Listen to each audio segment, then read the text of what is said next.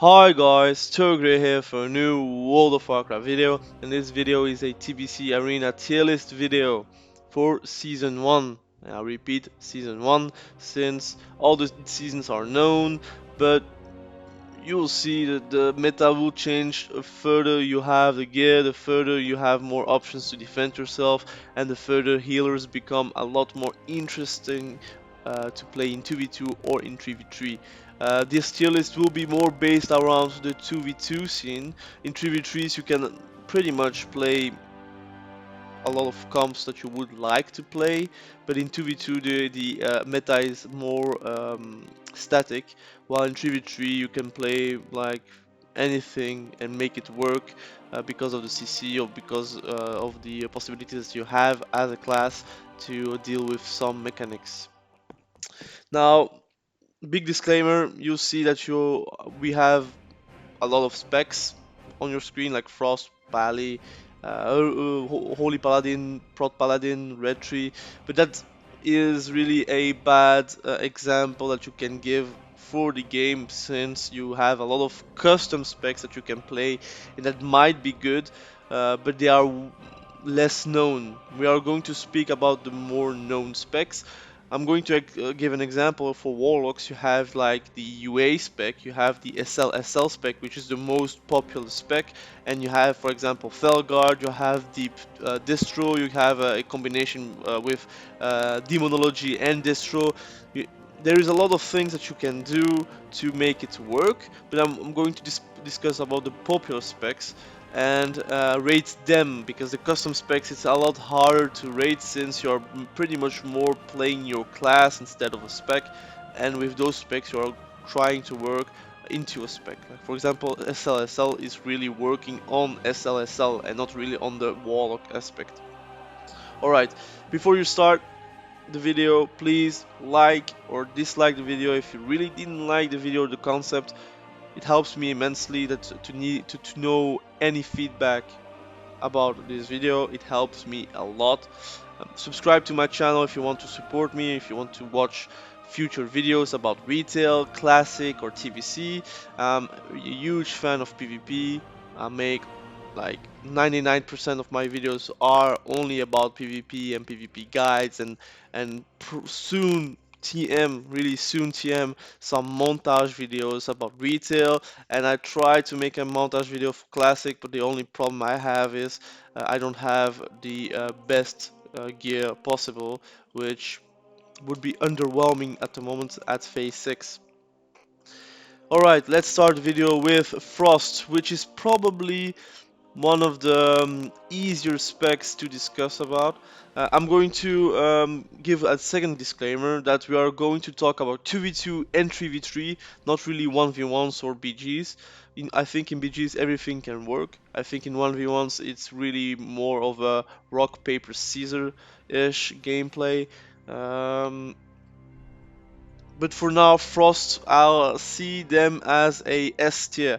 Why? Because they have insane control, they have durability, they are very annoying with their slows, with their roots, with their polymorphs. They have insane damage with Frostbolt Ice Lance on Shatter, and there is a lot of comps that they can play. They can play with a rogue, they can play with a druid in 2v2, they can play with a shaman, they can play with a shadow priest, which is very big, a very good comp. There is a lot of comps that they can make it work. In 3v3s they can even play with a warrior, they can play with a rogue, like RMP is still very good. RMD, so rogue, mage, druid, very good. They can play with a warlock, but I feel like two heavy casters are very hard to make it work.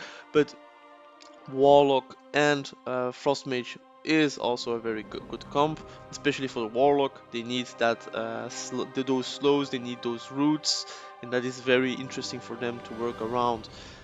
So for me, it's definitely a S tier, maybe the best tier, best spec for TBC. I'm not quite sure, but it is a very good spec to play if you want to play arenas. Holy Paladin. Now, the only problem that they have in TBC is that they are very caster heavy, so they need to cast a lot of spells. They need to actually heal a ton to make it work. They will need to fake cast, they will need to use all their spells in disposition to actually heal people, to survive people, and even to damage people. Now, there is Holy Paladin, but there's also Shokadin, which for me is maybe the better spec. If you play as a Shokadin, you have still the output of a healer, but you have the damage of a Retri Paladin, probably even higher than a Retri Paladin since you have more application. So for me, I'm going to rate the Shokadin, because I'm going to say Shokadin since I think Holy Paladin is a very niche spec, while a Shokadin has more viability but also more flexibility in 2v2s and 3v3s. And for me, a Shokadin is probably B tier. In Season 1, healers are very squishy. They have not the output or the resilience to survive like very high bursts. They still have bubble, but if they play against a priest, bubble is rendered useless. Um, and they are very mana heavy, so if they get mana burned or even like a viper sting, it's very annoying to play against. Very annoying. So for me, it's a B tier, probably maybe A tier, depending on the meta. But for me, Shokatin is one of the better specs for a warrior, especially for a warrior in 2v2s. Prot Paladin has no real application. It is more a Reckoning Paladin, but Reckoning has been nerfed in TBC, or at least has been dimmed down, since you can now proc Reckoning easier, but you are not going to strike 5 times in one strike. You will strike 2 times for 5 strikes. So for me, it's it's a D tier. I feel like it's the worst paladin spec that you can play in arenas. It is very RNG. It doesn't have the damage output from a Shokaden or from a Retri, and I feel like it's a meme spec. You can make it work, I guess, but for me it's a D tier if you are playing against a equal leveling field. Retri Paladin, yeah, the icon is from wheelchair because they are really a wheelchair class, but they are very fun to play. I'm leveling one at the moment on classic. Retri Paladin is probably good in 3v3 since they have some interesting things like repentance and 6 second stuns. They have a lib. Um, Yeah, freedom. They have a lot of aspects that they can make it work, but they are heavily countered by mages since they can just spell steal everything, which is really sad. Um, and yeah, they're getting guided. But if you're playing with a healer or with other DPS, often than not, they will not try to focus you, and then you will have a lot more time to actually put out some damage. For me, it is a C tier. Shokadin is the better paladin spec since it does the damage of a Retri and has the survivability of a Protadin, and they have the healing of a holy paladin, which is really nice. You have some flexibility around that. Disc priests, it is S tier. Uh, it is the top 2 healer spec. I would say it's A tier since it's S1 season 1. They have mana burn. They have the dispel that which is very nice versus paladins versus mages. They have a lot of tools to make it work. They are the better healing spec of priest in arenas, and I feel like they are underrated. They have also very good damage. They can really be annoying for people to play against. So for me, it is a A tier, probably one of the better specs, healing specs of the game with Resto Druid, but this priest is a lot easier to play than Resto Druid. Holy Priests, it is a C tier spec. It is nice, but again, thing is, it is season 1, and in season 1 you have like nearly no resilience. You will get one-shotted, and Holy Priest doesn't really have the tools that a Disc Priest has to survive. Um, you can play Smite Priest. It does a lot of damage, but it is very mana. It's really mana heavy, and it has a lot of problems with actually um, surviving and actually killing people as a smite priest, because you have like so little mana, you have like little time to kill someone, and if you are playing against a hunter, it is pretty much over with your mana. You're going to suffer. You will die in the 30-40 seconds that are going to follow. Shadow Priest. It is a very strong spec in 2v2, a very strong spec in 3v3. I would say it's even a A tier spec. It has lots of application, it has some good off healing, it has survivability that makes that they are very annoying to deal with. They have a stun, which is RNG from their talent tree, but they have a lot of instance damage. They have what Shadow Ward Death, which is very good and very strong, and they have lots of outplay potential. You can use Shadow Ward Death, for example, to break the polymorph that are casted upon you, even a sap or a blind. You have a lot of outplay potential, which makes them very good.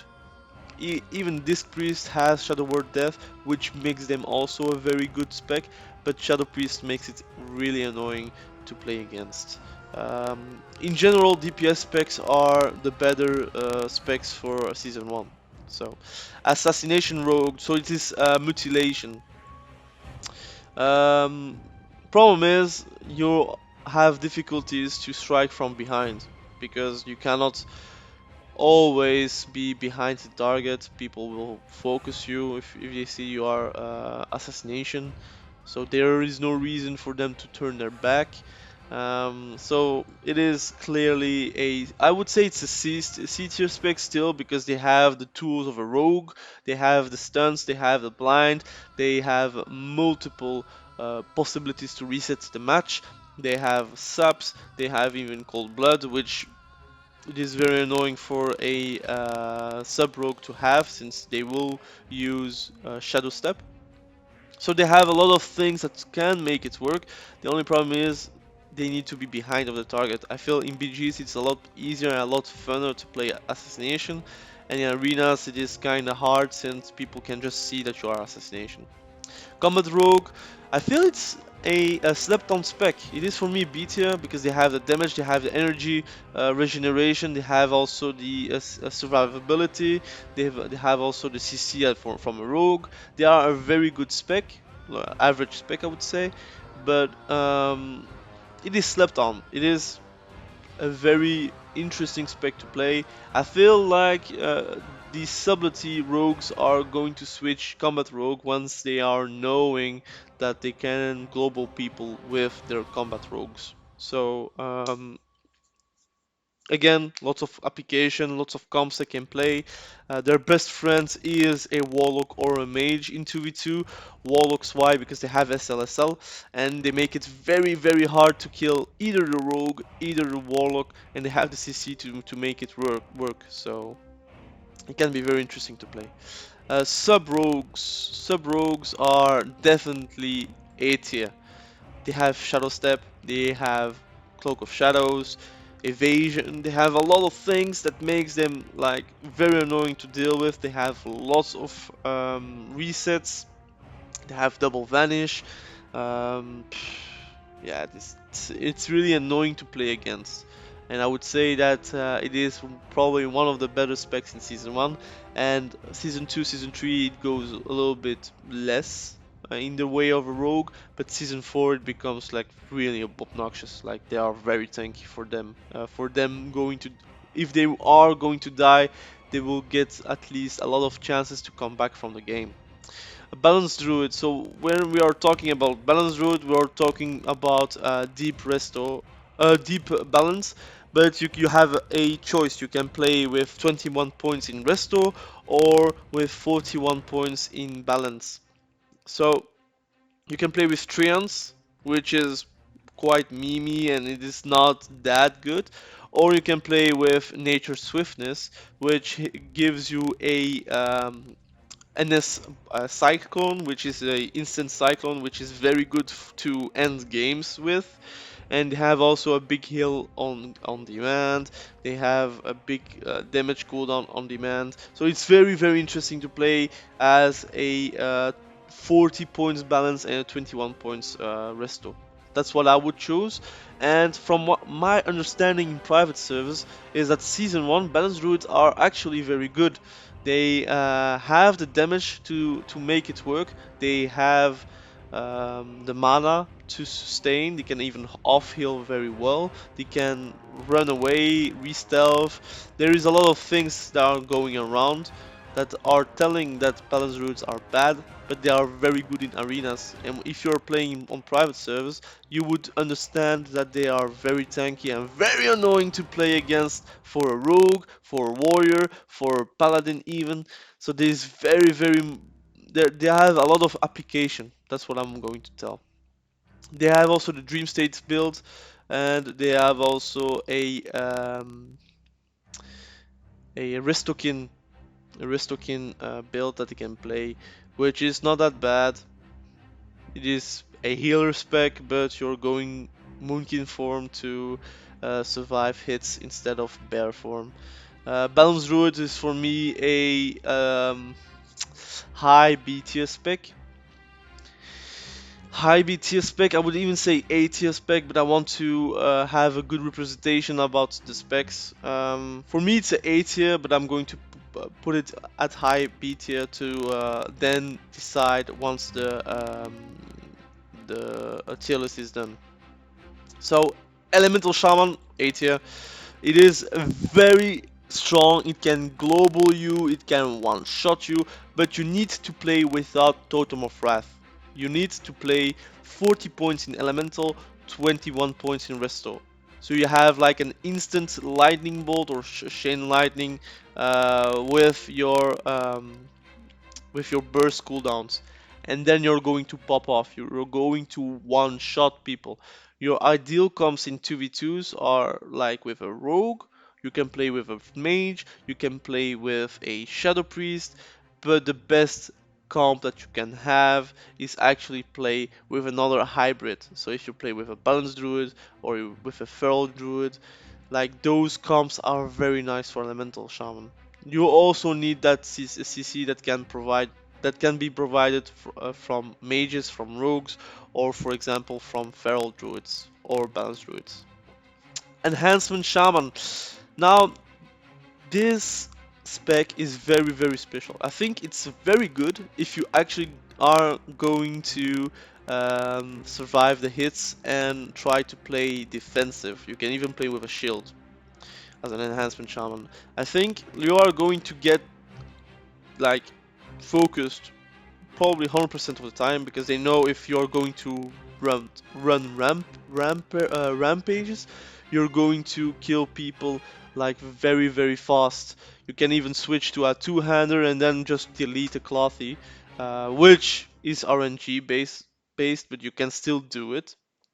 It is a very strong spec in 3v3. In 2v2s, I feel like it's very comp dependent. You are going to get guided and carried around, but if you are playing with a healer, I assume that you can make it work and try to survive as long as possible since you have the hybrid possibility of healing yourself, of healing your teammate, but you need a CC oriented teammate, like someone that can polymorph, someone that can cyclone, that can sap, or a warrior that can go in, fear, whatever, but you need someone that makes your life easier. So that's why for me it is a B tier spec. It is B tier is average, but for me I rate B tier very high. For me it's a good spec to play. You are not going to go wrong if you're playing Enhancement Shaman, while you're going to go wrong if you're playing a Prost Paladin, for example. Resto Shaman. Resto Shaman is again a healer that needs to cast a lot. It will get better with the time and with the tier sets and their and their resilience sets, you still need to cast a lot. That's why in season 1 you are probably the second worst spec behind. Yeah, actually you are better than Holy Priest. So that's for me a B tier spec, average spec. Um, but probably worse than a Command Rogue, because in season 1 you're going to get bullied around by a lot of classes. But people need to not forget that they are very tanky and very annoying to deal with if they are actually playing correctly and also dealing damage while healing, because if you're not dealing damage as a Resto Shaman, then you're doing wrong. Affliction Warlock, now that's the interesting part. So Affliction Warlock is for me a UA Warlock. Demo Warlock is for me SLSL, because Felguard is not the. It's actually a meme spec. It's not a meme spec, but it is a meme spec for me. And a Distro Warlock is going for Shadow Fury. So you go for deep Distro. Affliction, so UA, is actually not bad. It is A tier since you're still a Warlock.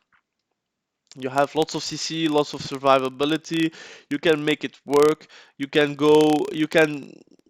just forget about demonology and go for Shadowburn, which gives you a big execute on your possibilities to kill people. UA is very annoying to play against. Why? Because you are already conditioned to dispel a lot of things.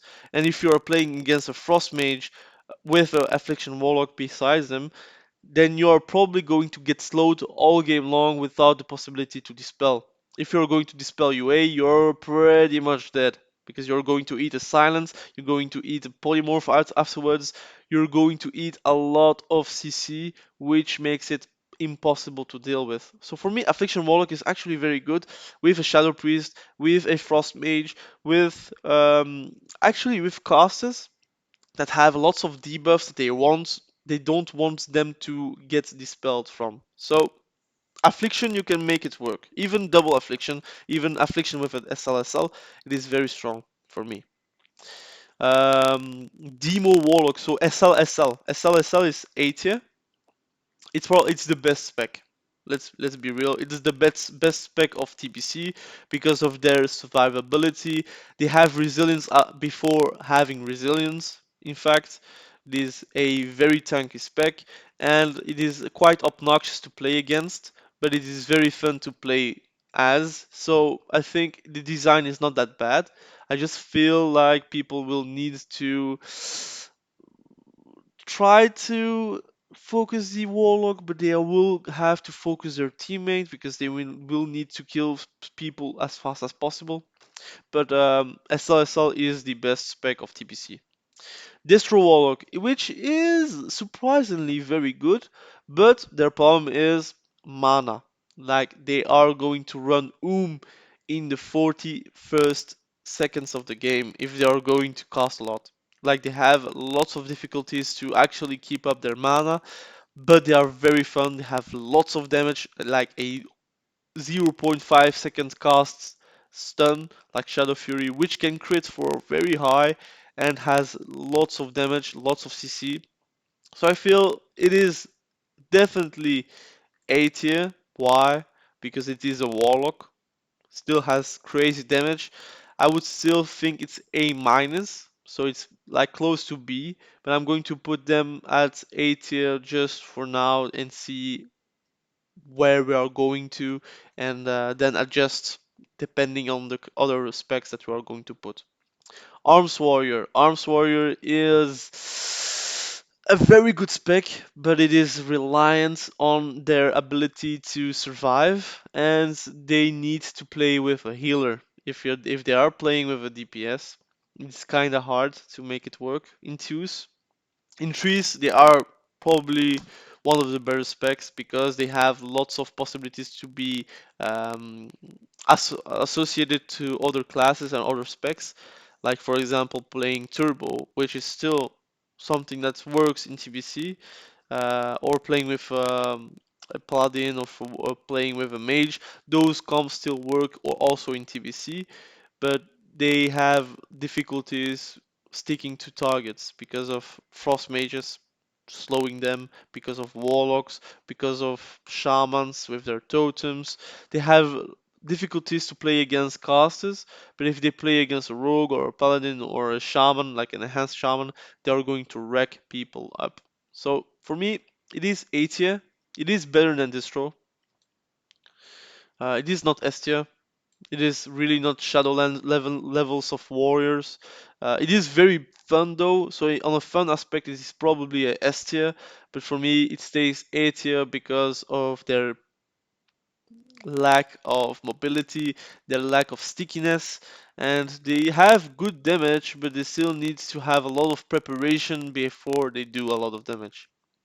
It is definitely not Warthog. It stays TBC, and that's maybe better like that. Fury Warrior, they are actually surprisingly good.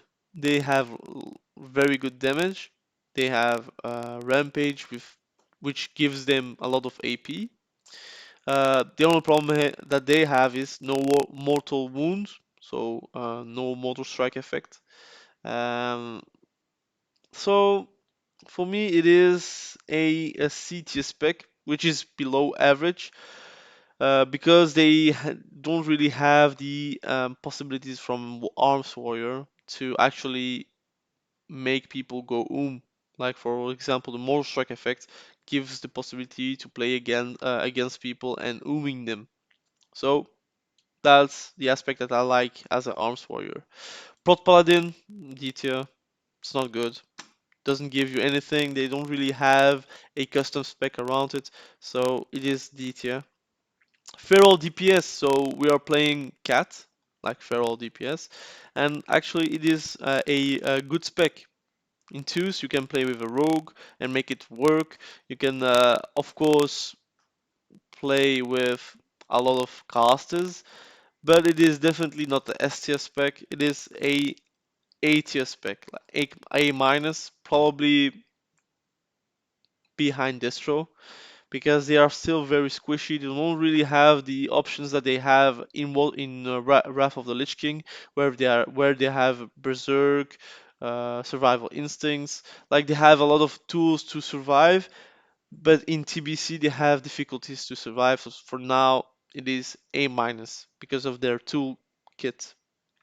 Feral Tank, it is actually feral. It stays the same. So for me, I'm going to put them at D. But feral, like feral DPS, like feral combat, utilizes cat and bear form, so you can disregard feral tank. Druid, Resto Druid. Resto Druid is one of the better healing specs. It is definitely A tier.